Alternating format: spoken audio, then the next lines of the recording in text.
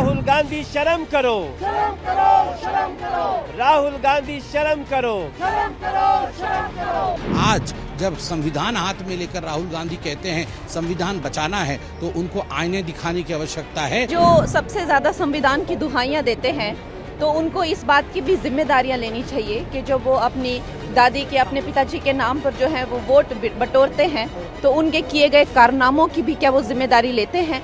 ये ऐसा समय था जो भारत के आने वाले समय में भी एक काले अक्षरों में लिखा जाएगा और मौजूदा और आने वाली पीढ़ी को इससे सीख लेने की जरूरत है।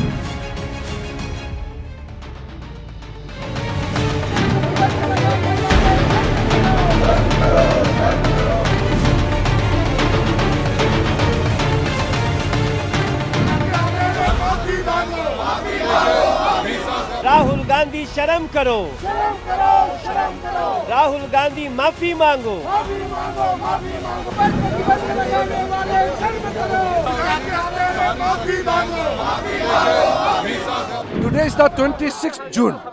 On this day, on 26th June 1975, early morning 6 a.m., then Prime Minister Srimati Indira Gandhi called emergency cabinet meeting and ratified post facto the single decision. Prime Minister took the decision alone.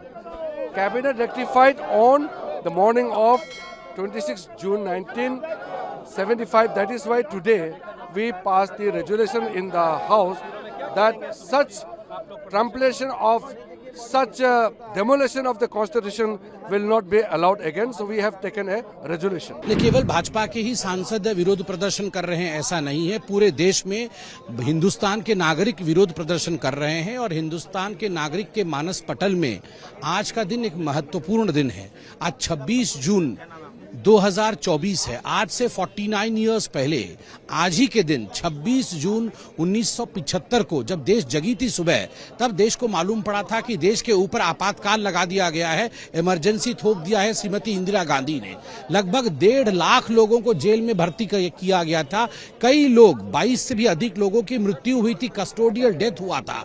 42nd amendment, जो कि सबसे बुरा amendment था, जिसने खिलवाड़ किया भारत के संविधान के साथ, 42nd अमेंडमेंट लाया गया था। देश के जुडिशियरी के साथ, देश के प्रेस फ्रीडम के साथ, देश के एग्जीक्यूटिव और लेजिस्लेचर के साथ जिस प्रकार का खिलवाड़ करने की कोशिश उस समय कांग्रेस की सरकार ने किया था, किसी ने सपने में भी नहीं सोचा था कि हिंदुस्तान के बाबा साहेब अंबेडकर की रूह कांप उठी होगी। किसी ने ऐसा सोचा भी नहीं था कि कॉन्स्टिट्यूशन के साथ, संविधान के साथ ऐसा खिलवाड़ कोई कर सकता है। आज जब संविधान हाथ में लेकर राहुल गांधी कहते हैं संविधान बचाना है, तो उनको आईने दिखाने की आवश्यकता है। और आज ओम बिड़ला साहब, जिन्होंने आज दूसरे कार्यकाल का पहला पदभार संभाला एज स्पीकर, उन्होंने ये जो एक रिजोल्यूशन रखा है कि लाखों परिवार जो जेल में थे उनके प्रति हमारी संवेदना होनी चाहिए, मुझे लगता है ये एक सराहनीय कार्य भारत के पार्लियामेंट ने किया है। ये इमरजेंसी का एक ऐसा दौर था जो इतिहास में एक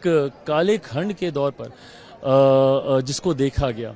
जिस तरीके से इमरजेंसी के दौर में पूरे देश को बंदी बनाने का प्रयास किया गया, देश के ऊपर डिक्टेटरशिप थोपने का प्रयास किया, ऐसे में जब 50 साल इमरजेंसी के पूरे होने को आ रहे हैं, जरूरी है कि मौजूदा पीढ़ी और आने वाली पीढ़ी भी उस दौर को समझे और उस दौर से सीख लेकर हम लोग आगे बढ़ने का प्रयास करें। आज जिस तरीके से विपक्ष ने, जब माननीय स्पीकर के द्वारा इस प्रस्ताव को लाया गया और इमरजेंसी की निंदा करने की बात जब सबने की, जिस तरीके से विपक्ष ने हंगामा करने का काम किया, विपक्ष क्या समर्थन करता है उस दौर का?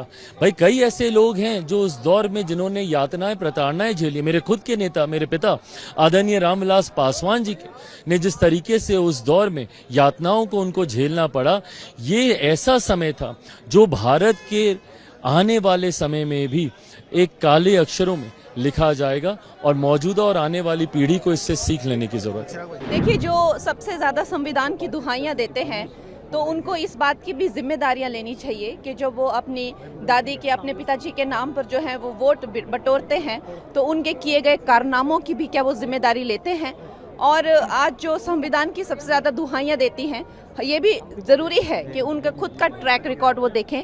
संविधान की जिस तरह से धज्जियां उड़ाई गई हैं और जिस तरह से गला घोटा है इमरजेंसी के द्वारा और सबके संवैधानिक अधिकार जो है इन्होंने छीन लिए थे, वो सब भी हम बार बार दुनिया को याद दिलाएंगे ताकि इस तरह का खिलवाड़ जो है संविधान से के साथ दूसरी बार हो ना पाए। 6 सितंबर को जो है, आपको तो पता है मैंने हमेशा ही राष्ट्रवादी फिल्में बनाई हैं, चाहे वो मणिकर्णिका हो चाहे वो इमरजेंसी हो। तो इस फिल्म के द्वारा भी मेरा यही एक मकसद है कि दुनिया के सामने जो है वो एक जो हमारा सबसे darkest chapter of our history है वो दुनिया के सामने आए और देखें कि किस तरह से लोकतंत्र का गला घोटा गया था। राहुल गांधी माफी मांगो, माफी मांगो, माफी मांगो। राहुल गांधी शर्म करो, शर्म करो, शर्म करो, राहुल गांधी शर्म करो, शर्म करो, शर्म करो। राहुल गांधी माफी मांगो। माफी मांगो, माफी मांगो।